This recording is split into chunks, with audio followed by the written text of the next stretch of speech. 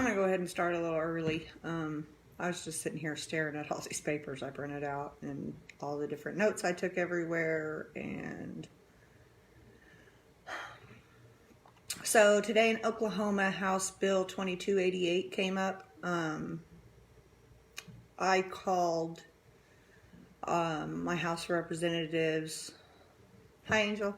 I called my House of Representatives person at around 12:25. And I started to explain to him what I wanted to vote no on. And of course, you know, you have to do the thing where you leave your name and your phone number. Hi, baby. Your name, your phone number, you know, your address, and then what bill you wanted to vote which way on. And I was getting into that, and he kind of cut me off, and he was like, well, it's not going to be heard anyway.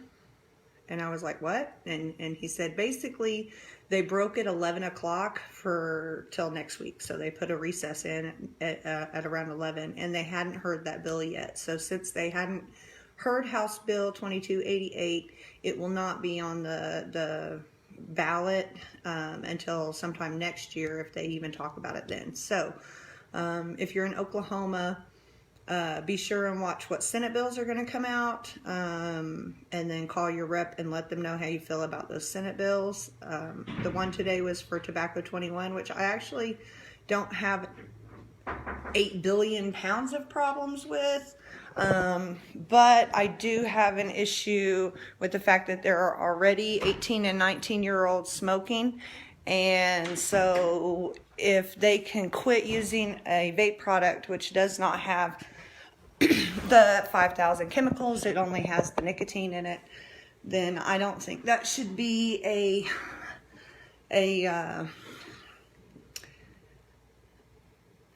I don't think it should not be an option. Adults are old enough to make their own decisions about what products they buy and purchase. I don't think a government agency with no oversight really has any business getting into the private industry of things, especially this, just because they're wanting to make all these rules up, but they're not really wanting to talk to the people about it. And so it's just something if you're not politically involved, if you're a vapor, you need to get politically involved. You need to let your representatives know how you feel. If you used an e-cigarette to quit smoking, you really need to let them know how you feel. There are still millions of people out there smoking traditional combustible cigarettes. And if they have a better chance of quitting, which it's 2 times more effective than any other NRT on the market, then that should be an option they can choose for themselves. And I don't think a government agency has any business in that. But today the FDA, yesterday actually, the FDA put up some rules, regulations, and guidance for tobacco products. Now, I have this pile of papers right here, the modifications to compliance policy for certain deemed tobacco products. So this actually doesn't apply to all tobacco products. It only applies to the ones that they're targeting. So I did a little digging. This is the National Youth Tobacco Survey for 2018. See it right there? It is 20 pages of questions. They said it's usually around 45 to 50 questions. It has 88 total questions on it, which it's not 40 or 50, it's 88. And there are certain questions that I had. The first question on there is they want to know what your age is, and it includes 18, 19, and older. If this is a youth tobacco survey, I think if you're old enough to die in a war, or go to war for that matter for your country, that you're not considered a youth anymore. If we are still sending our soldiers, hi Cody, if we are still sending our soldiers to die and they're considered youth, shame on us. the wording of certain ththings is just way off. Okay, so the big part of it that affects me personally and my job is the e-cigarette questions, which are questions 27 through 37. But those questions actually have 2 or 3 in the back that are really weird. One of the questions includes questions about using THC, THC wax, dab, oils, hemp oils, that kind of thing, which actually has nothing to do with e-cigarettes. So I don't know what the correlation is there. Question 33. Why did you try e-cigarettes? That's actually a question that they have, but there is not that question pertain to any other category in the questionnaire. They don't ask why you've tried regular cigarettes. They don't ask why you've tried hookah. They don't ask why you've tried snus or snuff. And I'm going, if you think that the reason that people try these products in the first place is important to the e-cigarette category, then it's definitely important to the regular cigarette, the snus, and the hookah. Now, people are saying, well, that's because, e-cigarettes have flavors. I don't know if any of y'all have ever been around a hookah before, but here, hookah bars tend to congregate around colleges, and they offer flavors. That's the whole point of shisha, is that it comes in cherry and bubblegum and mango and 1,000 different flavors. And you can buy that on the internet. And in smoke shops that are 18 and up, which is like our vape store is 18 and up. And hookahs are on the questionnaire, but there's no question about did you try hookah because it offered flavors, or what flavor hookah have you tried? And here there is a question, and it goes through like fruit, candy, tobacco, mint, soda or drinks, and that's for e-cigarettes, but there's not a counter question about hookahs and things. Question 53 through 56 are quick questions. Do you intend on quitting smoking? Have you tried to quit smoking? That kind of thing. But there's actually no question about whether or not they have a plan to quit smoking, or if they plan on using a nicotine replacement therapy to help them quit smoking. In fact, there's nothing really about it other than how often have you tried to quit? Do you plan to quit? Are you serious about quitting? And then 61 through 64 on here is warning label questions. They ask how often you've seen a warning label on hookah. They've asked how often you see a warning label on cigars, and they ask how often you've seen a warning label on e-cigarettes. But they don't ask how often you've seen a warning label on regular cigarettes or snuff,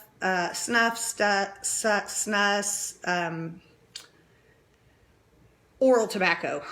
They don't ask about that or a warning label on there. And so there's a lot of weight one way or the other on the questionnaire.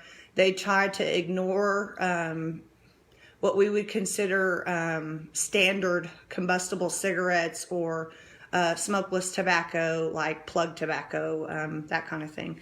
So they kind of like skip over that. On Wednesday afternoon, which was yesterday, Gottlieb was meeting with the executives from the e-cigarette market leader, Juul, and tobacco giant Altria, and he called the companies into his office after Altria announced the $12.8 billion minority investment in Juul.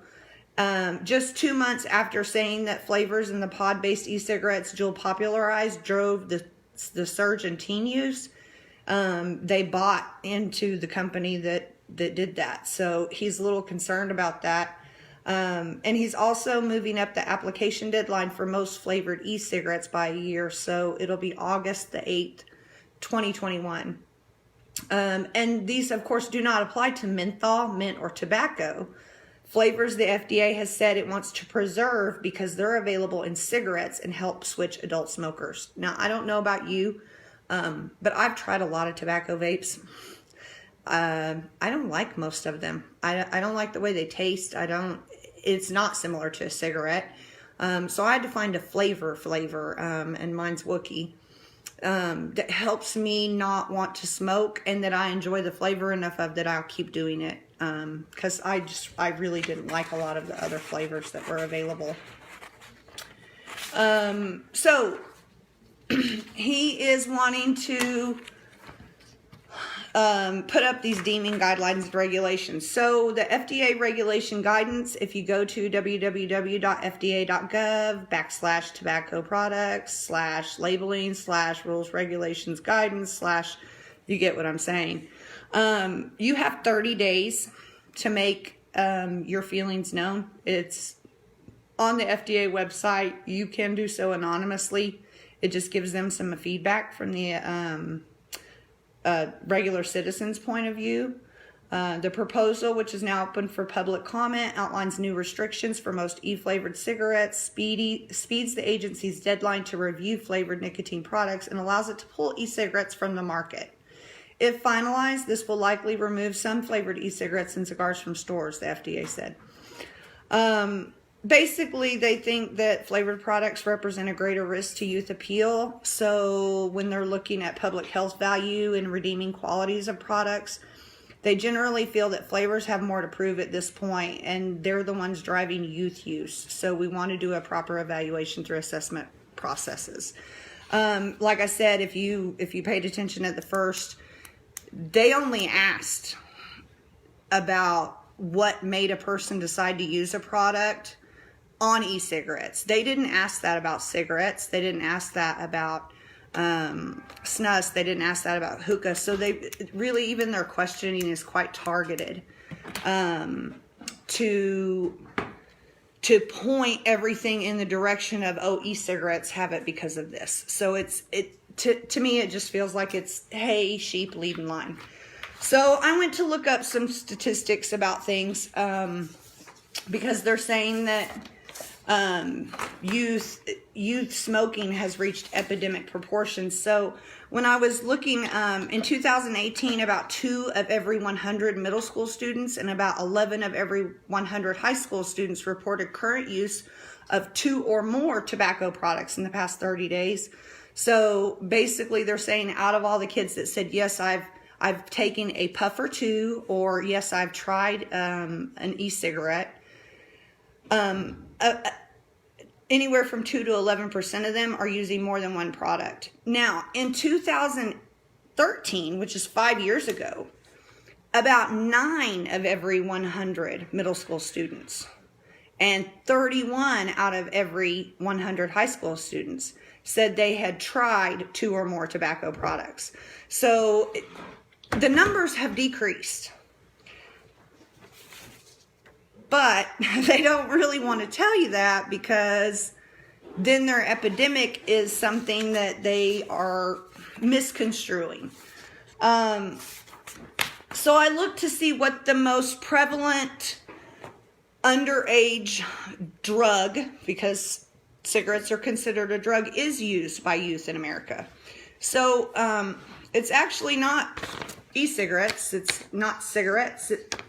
It's not even marijuana. At this point, alcohol is the most commonly used and abused drug among youth in the United States. So, kids, on average, underage drinkers consume more drinks per drinking occasion than adult drinkers.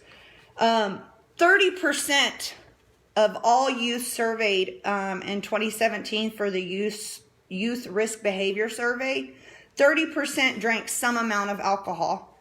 14% were binge drinkers, 6% drove after drinking, and 17% rode with a driver who had been drinking alcohol. So, but this isn't being discussed, okay? We're not going to discuss the drinking. And their prevention of underage drinking, their statement is about a paragraph. It's about this big. It says, reducing underage drinking will require community-based efforts to monitor the activities of youth and decrease youth access to alcohol. Recent publications by the Surgeon General and the Institute of Medicine outlined many preventative strategies for the prevention of underage drinking, such as enforcement of minimum legal drinking age, national media campaigns targeting youth and adults, increasing alcohol excise taxes, reducing youth exposure. I have a hard time saying C words before youth. To alcohol advertising, and development of comprehensive community-based programs. So basically, I was like, what? It just tells you about community-based efforts. And then I looked into it some more, and alcohol is a self-regulatory body. So all their advertising is only regulated based on what people in the alcohol industry think should be the regulations. In 2016, just the first quarter of 2016, the alcohol side of things, advertising wise, spent $421 million on advertising. E-cigarettes, and sorry, I couldn't find a 2016 statistic, so the closest one I could find was 2014. In 2014, e-cigarettes spent $115 million for the year in advertising. As you guys know, you can't advertise on television. You can't advertise on billboards. Any advertising we do has to have the warning: the product contains nicotine. Nicotine is an addictive chemical. But that doesn't apply to alcohol. In fact, I haven't seen it really apply to cigarettes. Like I said, they don't have a warning on them that takes up a third of the front of the page. And in the Youth Tobacco Prevention or National Youth Tobacco Survey, they didn't even ask them any questions about that. In fact, this is the only survey I found that focuses solely on tobacco. There is not one of these that focuses solely on alcohol. There is one that focuses solely on drugs, but the variety of questions and the variety of drugs covered is really large, and alcohol is a very small portion of that. So for people who don't think that the vape industry is being targeted, we are. We provide a alternative way to get nicotine. And it's just, because there's not an excise tax now in Oklahoma. Now, up in Utah, they're paying 86% tax for every mill of e-liquid that you buy. Certain cities have a 5, 10, and 20 cent tax. These are not, the taxes aren't stopping people from buying products. What the tax is doing is slowing down how often people go buy that.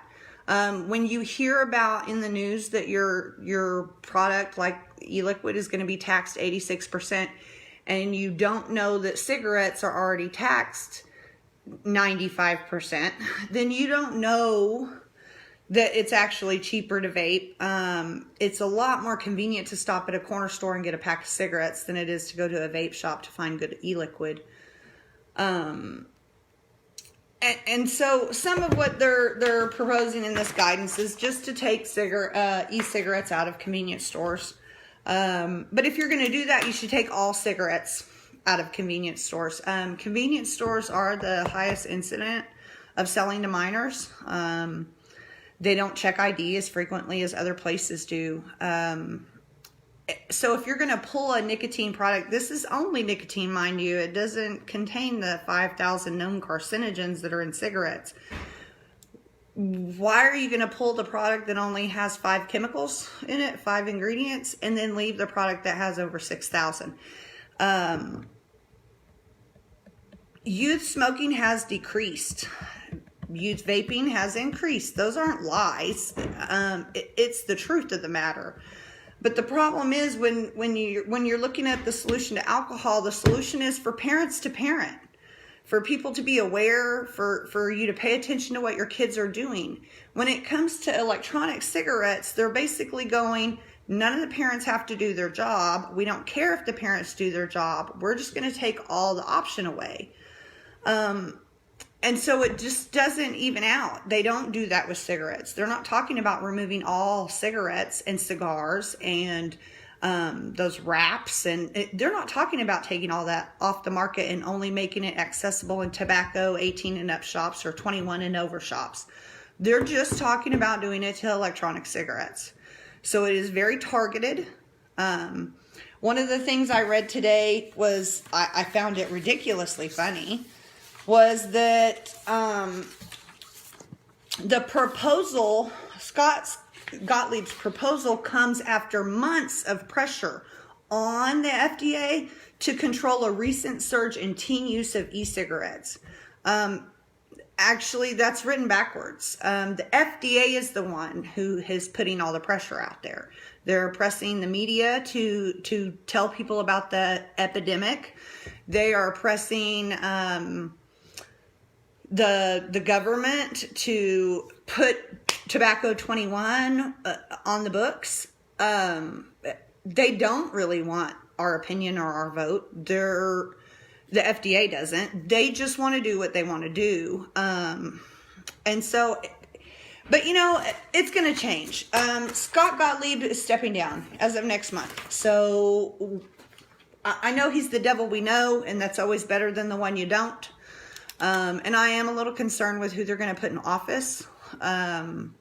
But honestly, because that's not a voted on position, if you had to vote for who the Surgeon General was and who the FDA commissioner was, it might be a little different. They might be more inclined to make policy that that public opinion supports, as opposed to whatever they think. I've noticed that the Surgeon General tends to be in the military.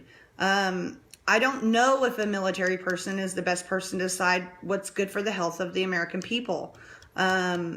Just because he's split, you know, it's not just that he's a doctor or a surgeon. He's a doctor and a soldier. And I have enough people in my life that have been in the military that I know that when your commanding officer, whoever that is, tells you to do something, you do it. There's not a lot of questioning going on there. And so I think some of the reason why he is a military person is to kind of push you to think, well, this is what is, not what I can say, no, I don't want to do that to.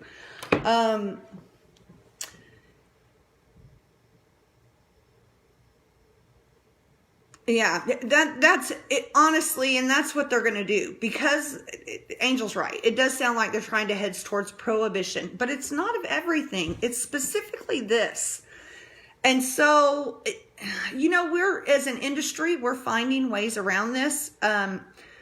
Okay, we can't have flavors. Washington State is really pushing hard for it, to ban flavors and Tobacco 21. They're pushing really hard. And so what my clients in Washington are asking for us to do is to come up with a do-it-yourself kit, or a way that they can buy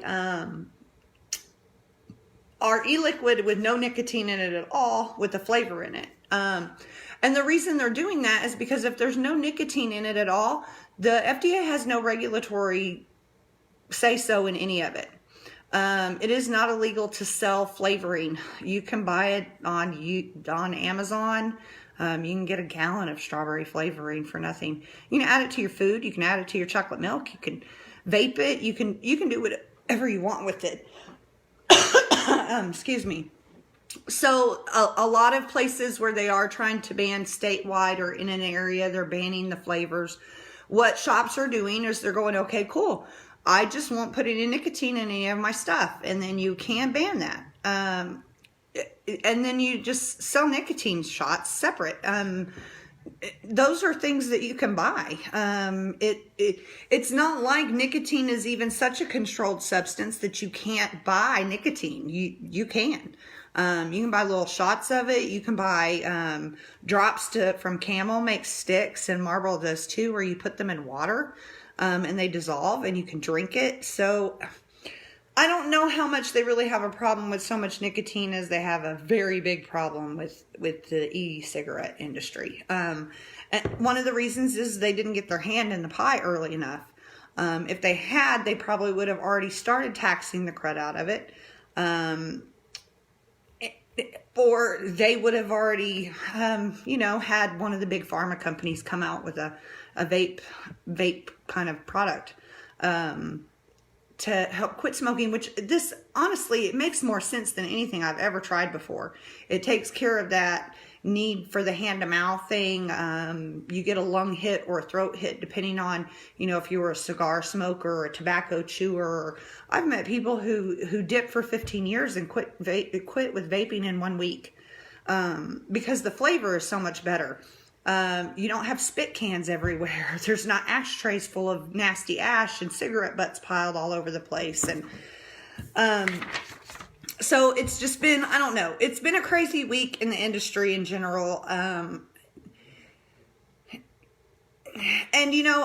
I thought that business would just like nosedive, and actually what I'm coming across is more businesses. So we've got new clients this week. I had 4 total new clients last month. That's 4 locations where you can find the Vapor Hut e-liquid in a store. I of course have my rundown list of where you can get it, who's got it fresh. So the newest business that's going to be carrying our e-liquid is Cloud 970 Vapor, and they're in Cortez, Colorado. Hi, Jeffrey. They don't even have their box yet. It got mailed out yesterday. It will probably be there Saturday or Monday. They ordered Wookie. They ordered creamy custard. So they've got brand new flavors for you to try. I did send testers. So if you're wanting to see what the Vapor Hut tastes like and you live in the Colorado area close to Cortez, go and see Jeffrey. Ask him to taste the sample I sent. There are 4 flavors they ordered to start with, and he carries 0, 3, and 6 nic. Some of our stores do carry high nicotine, but overall the industry standard is 0, 3, and 6. Now, 0 nicotine has 0 nicotine. It contains not a single thing that isn't in other products you consume. Flavoring is in almost every candy and drink mix out there. Propylene glycol, the same thing. You can find that ingredient in a ton of products. Vegetable glycerin is 100% natural. Sweetener, I'm not sure if ours is all natural sweetener or not. It's probably a type of artificial sweetener, but most of you use those in coffees and teas anyhow. Those things are all things you eat regularly. We got Atlanta Vapor. They're in Peachtree City, Georgia. Randy orders from me. There's some really nice people. We got Blue Vapor Fusion. They're in Bradenton, Florida, and that's Miss Carrie over there.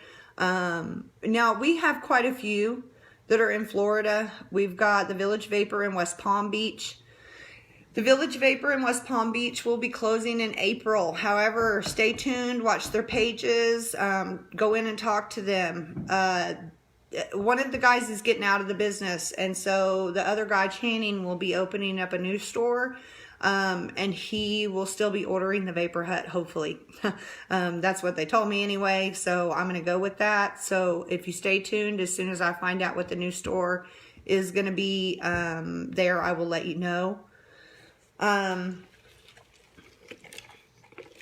Vape Shop of Pensacola reordered. You can go see Kit there. They carry Wookie. So a lot of our vendors, almost all of them across the board carry Wookie. Wookie is our #1 flavor. If you haven't tried it, you got to try it. Get yourself a bottle. Try it. I'm not kidding. It's graham crackers, whipped cream, caramel. It's great. We've got, that's Florida. What else we got? Jasper, Alabama, the Vapor e-cig store. Jen just put in an order today. She won't get the new stuff till Monday or Tuesday. But go see Jen there. In Vapor Craziness is in Murray, Utah. I love Riley and them in Murray, Utah.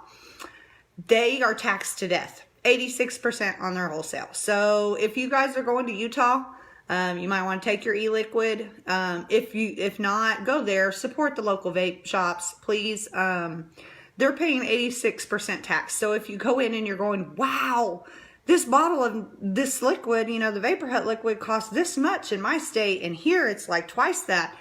It's because they're being taxed to death. And they're managing to stay in business. They're still strong. They're sticking with it. But the unfair taxing, 86%, and that's on their front end. That doesn't include any sin tax the state decides they want to add on to the back end.